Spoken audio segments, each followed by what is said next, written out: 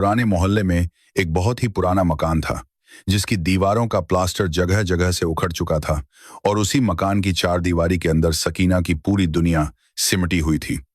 सकीना जिसकी उम्र तो अभी सिर्फ 7 साल थी, लेकिन उसकी आंखों में ऐसी उदासी थी जैसे उसने सदियों का गम देखा हो।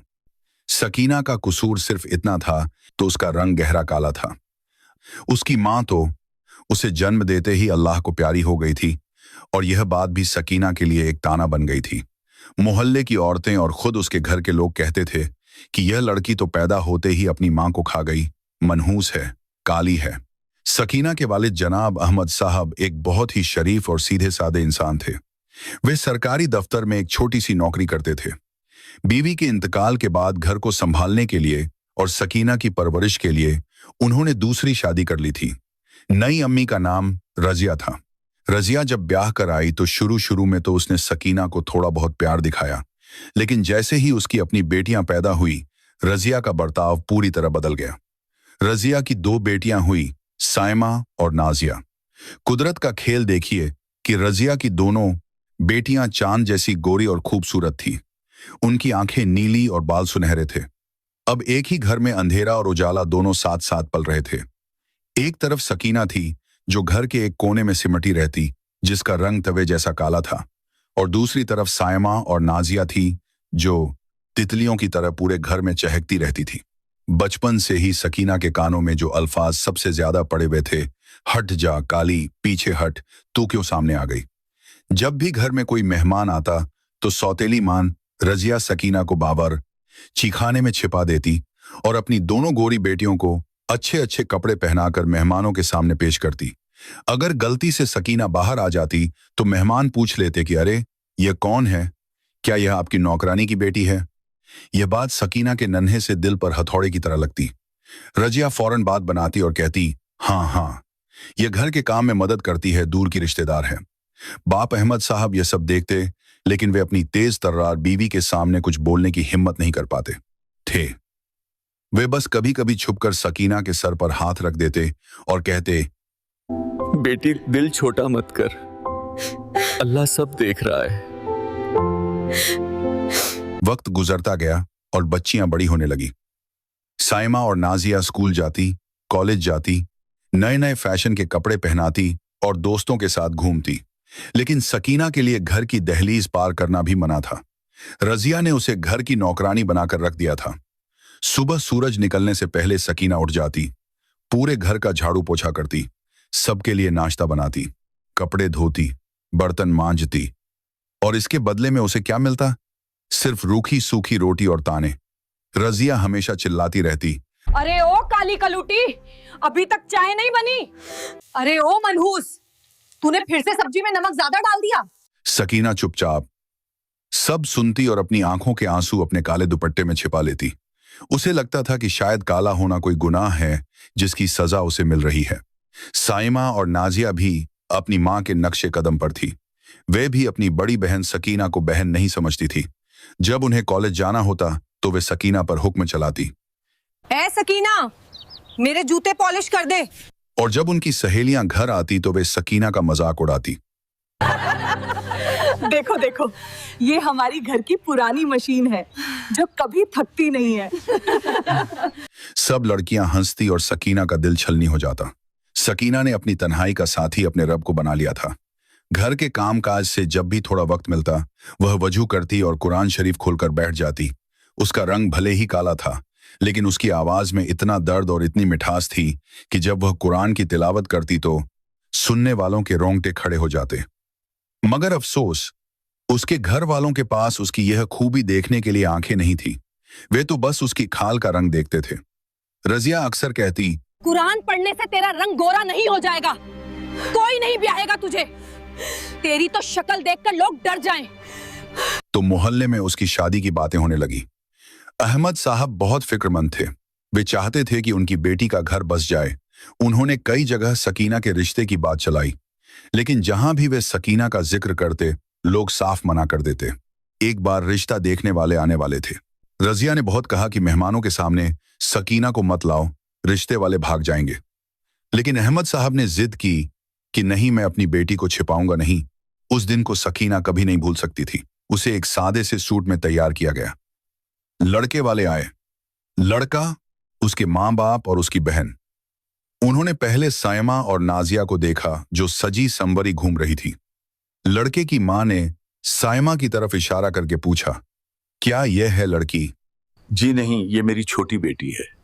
बड़ी बेटी सकीना है, जिसके लिए मैंने आपसे बात की थी। फिर सकीना चाय की ट्रे लेकर कमरे में दाखिल हुई।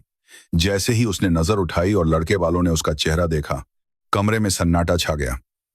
लड़के की माँ ने मुंह बिगाड़ लिया। लड़के ने तो चाय का प्याला तक हाथ में लेने से मना कर दिया। लड़के की माँ ने उसी वक्त सबके सामने कहा, भाई साहब, आपने हमें धोखे में रखा। आपने ये नहीं बताया था कि लड़की इतनी काली है। हमारे खानदान में आज तक इतना काला बच्चा पैदा नहीं हुआ। अगर मेरा बेटा इससे शादी करेगा तो लोग क्या कहेंगे? हम तो किसी हूर परी की तलाश में थे और आप हमारे सामने ये कोयला ले आए।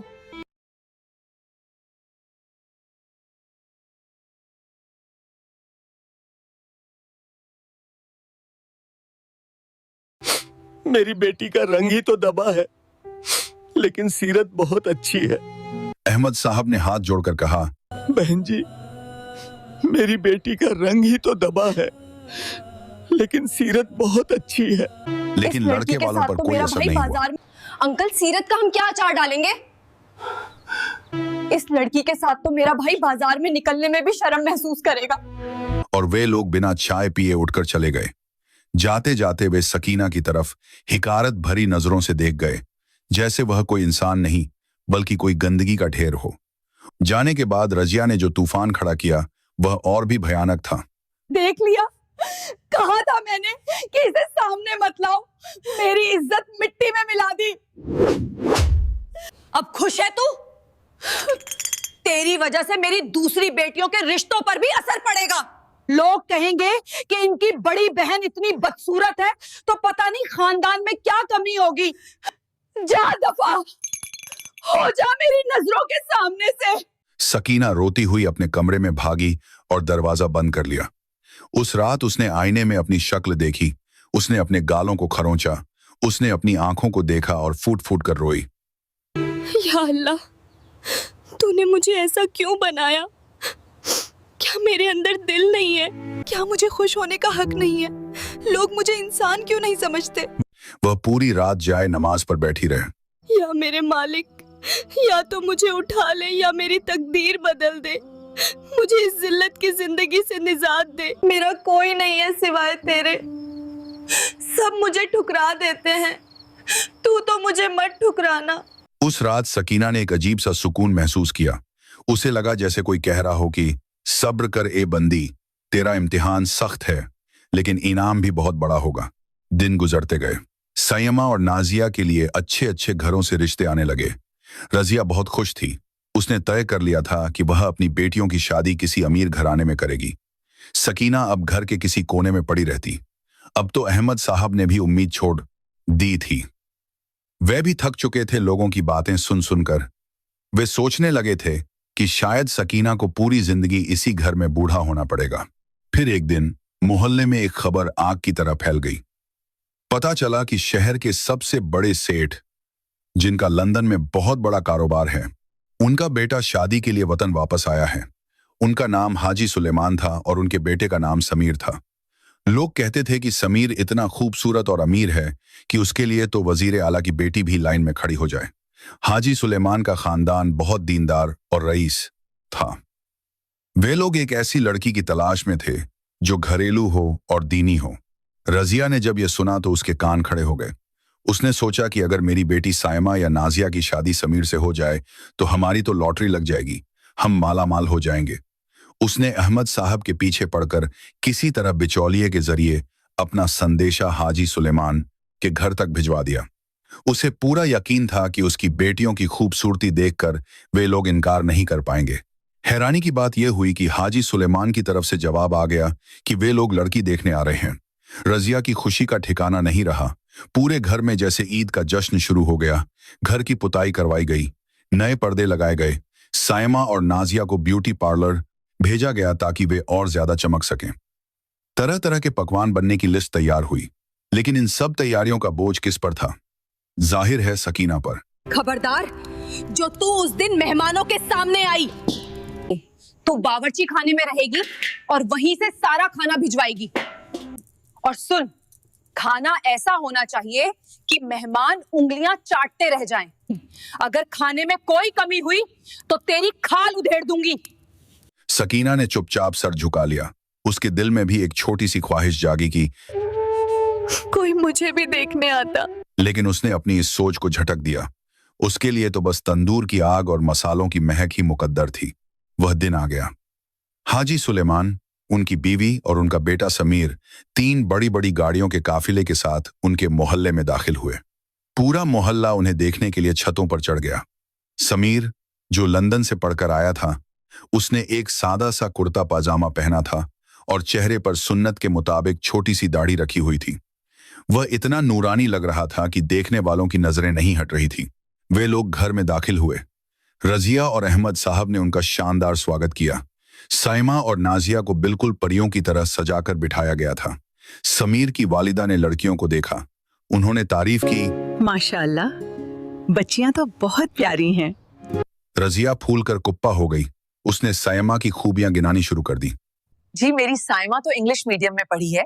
इसे मॉडर्न दुनिया की सब समझ है। ये आपके बेटे के साथ लंदन में बहुत जचेगी। लेकिन समीर खामोश था। उसकी नजरें कुछ और ही तलाश रही थी। खाने का वक्त हुआ। दस्तरखान बिछाया गया। जब खाना परोसा गया तो बिरयानी, कोरमा, कबाब और शाही टुकड़ों की खुशबू से पूरा कमरा महक उठा। समीर ने जैसे ही बिरयानी का पहला निवाला मुंह में रखा, वह रुक गया। उसने अपनी मां की तरफ देखा। मां की आंखों में भी चमक आ गई। खाना वाकई बहुत लजीज था। ऐसा जायका उन्होंने बड़े बड़े होटलों में भी नहीं चखा था। समीर ने अहमद साहब से पूछा, यह खाना किसने बनाया है? जी जी, ये मेरी बेटी साइमा ने बनाया है। इसे खाना पकाने का बहुत शौक है। इसे खाना पकाने का बहुत शौक है। समीर ने साइमा की तरफ देखा और पूछा, क्या वाकई आपने बनाया है? इसमें कौन कौन से मसाले डाले हैं? साइमा घबरा गई। उसे तो यह भी नहीं पता था कि बिरयानी में हल्दी डलती है या नहीं। वह हकलाने लगी। जी, वो अम्मी ने बताया था। मसाला, वो पैकेट वाला। समीर समझ गया कि झूठ बोला जा रहा है।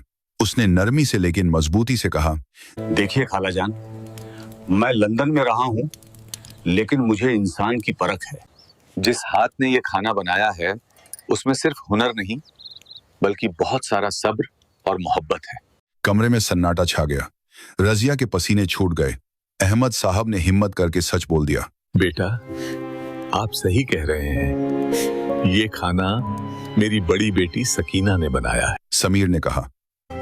मैं उससे मिलना चाहता हूँ। रजिया ने तड़प कर कहा, नहीं नहीं बेटा, वो मेहमानों के सामने नहीं आती। शर्मीली है और वैसे भी वो आपके लायक नहीं है। उसका रंग। समीर ने हाथ उठाकर रजिया को रोक दिया। अहमद साहब अंदर गए। सकीना बावर्ची खाने में पसीने से लथपथ, मैले कपड़ों में, चेहरे पर कोयले की कालिख लगी हुई, बर्तन समेट रही थी। अब्बू ने कहा, बेटी चल, तुझे बाहर बुला रहे हैं। सकीना घबरा गई। अब्बू, मैं कैसे जाऊं? मेरे कपड़े, मेरा चेहरा।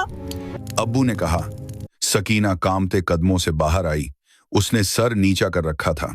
उसका रंग गहरा काला था और सादे से सूती कपड़ों में वह साइमा और नाजिया के सामने बिल्कुल बुझी हुई लग रही थी। रजिया ने मुंह फेर लिया। उसने सोचा, अब तो रिश्ता गया हाथ से। समीर की मां ने सकीना को गौर से देखा। फिर उन्होंने सकीना से कहा, बेटी सर उठाओ। सकीना ने डरते डरते नजरें उठाई। उसकी बड़ी बड़ी काली आंखों में एक अजीब सी कशिश थी, एक पाकीज़गी थी जो शायद साइमा और नाजिया के मेकअप के नीचे दबे चेहरों में नहीं थी। समीर ने सकीना को देखा। सब लोग सांस रोके इंतजार कर रहे थे कि अब समीर क्या कहेगा। शायद वह मजाक उड़ाएगा, शायद वह उठकर चला जाएगा। रजिया तो तैयार थी कि अभी बेइज्जती शुरू होगी, लेकिन तभी समीर ने जो कहा उसने वहां मौजूद हर शख्स को हिलाकर रख दिया। समीर ने अपनी मां से कहा, अम्मी जान, मुझे मेरी जीवन साथी मिल गई। मैं इसी लड़की से निकाह करूंगा। एक पल के लिए लगा जैसे वक्त रुक गया हो। रजिया को लगा उसने गलत सुना है। क्या? इस काली कलूटी से? समीर बेटा, तुम होश में तो हो? ये कोयला है, कोयला। तुम लंदन से आए हो, तुम्हें तो कोई मॉडल जैसी बीवी चाहिए। खाला जान, आप जिसे कोयला कह रही हैं, मुझे उसमें हीरा दिखाई दे रहा है। लंदन में मैंने बहुत गोरी चमड़ी देखी है, बहुत मेकअप वाले चेहरे। लेकिन मैं एक ऐसी बीवी की तलाश में था जिसके चेहरे पर नहीं बल्कि रूह पर नूर हो। जब मैं अंदर आ रहा था तो मैंने देखा कि एक कमरे में कोई लड़की कुरान की तिलावत कर रही थी। उसकी आवाज में जो दर्द था उसने मेरे दिल को छू लिया। फिर मैंने ये खाना खाया जिसमें खिदमत का स्वाद था। और अब जब मैंने इसकी आंखों में देखा तो मुझे हया और शर्म दिखाई, जो आजकल बहुत कम मिलती है। खूबसूरती तो वक्त के साथ ढल जाती है खाला जान, लेकिन सीरत हमेशा कायम रहती है। मुझे शोपीस नहीं चाहिए, मुझे एक साथी चाहिए जो मेरे घर को जन्नत बना सके, और वो यही है। सकीना को अपने कानों पर यकीन नहीं हो रहा था। क्या कोई वाकई उसकी तारीफ कर रहा है? क्या कोई उसके काले रंग के पार उसकी रूह को देख पा रहा है? उसकी आंखों से टप टप आंसू गिरने लगे। अहमद साहब की आंखों में भी खुशी के आंसू थे। उन्होंने अल्लाह का शुक्र अदा किया। रजिया और उसकी बेटियां जल भुनकर खाक हो गई। साए मां ने तो गुस्से में पैर पटक दिया। यह कैसे हो सकता है? उसने मुझे रिजेक्ट कर दिया और इस काली को चुन लिया। उसकी इज्जत का जनाजा निकल गया। लेकिन समीर का फैसला अटल था। हाजी सुलेमान ने भी बेटे के फैसले पर रजामंदी दी, क्योंकि वे जानते थे कि समीर की पसंद कभी गलत नहीं होती। बात पक्की हो गई। निकाह की तारीख तय हुई। रजिया ने अभी भी हार नहीं मानी थी। उसने कई बार कोशिश की कि किसी तरह समीर के कान भरे जाएं। उसने पड़ोसियों के जरिए कहलवाया कि सकीना मनहूस है, बीमार रहती है। लेकिन समीर ने किसी की एक न सुनी। वह जान गया था कि यह सब जलने वालों की चालें हैं। निकाह का दिन आया। सकीना को दुल्हन बनाया गया। आज भी रजिया ने उसे कोई खास जेवर नहीं दिए थे, लेकिन हाजी सुलेमान के घर से जो जोड़ा और जेवर आए थे वे किसी रानी के लिए बने लगते थे।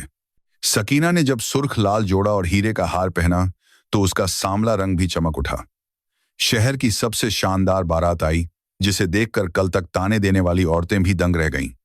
रजिया और उसकी बेटियां ईर्ष्या में जल रही थीं, क्योंकि जिस सकीना को उन्होंने रसोई में छिपा कर रखा वह आज रानी बनकर विदा हो रही थी। निकाह के बाद समीर ने सकीना को गले लगाकर वादा किया कि वह उसे दुनिया की हर इज्जत देगा। अपने महल जैसे घर में समीर ने सकीना का घूंघट उठाकर उसे यकीन दिलाया कि वह उसकी जिंदगी का सुकून है। इस एक मोहब्बत भरे लम्हे ने सकीना के बरसों के जख्म भर दिए। वक्त बदला और सकीना एक आत्मविश्वास से भरी मलिका बन गई, जो समीर के बिजनेस में भी हाथ बटाती थी। दूसरी ओर रजिया के परिवार पर दुखों का पहाड़ टूट पड़ा। दोनों बेटियों की शादियां टूट गईं और अहमद साहब के ऑपरेशन के लिए 5 लाख रुपयों की जरूरत आन पड़ी। लाचार होकर रजिया मदद मांगने समीर के दफ्तर पहुंची, जहां सकीना ने अपनी पुरानी कड़वाहट भूलकर उसे गले लगा लिया। सकीना ने न केवल अपने वालिद का बेहतरीन इलाज कराया, बल्कि अपनी सौतेली बहनों को भी दोबारा बसाया। उसने अपने नेक बर्ताव से साबित कर दिया कि रंग से ज्यादा दिल की खूबसूरती मायने रखती है। सब्र का फल हमेशा मीठा होता है, और जो अल्लाह पर भरोसा रखते हैं उन्हें कभी हार का मुंह नहीं देखना पड़ता। ऐसी ही और दिल छू लेने वाली कहानियों के लिए हमारे चैनल को अभी सब्सक्राइब करें।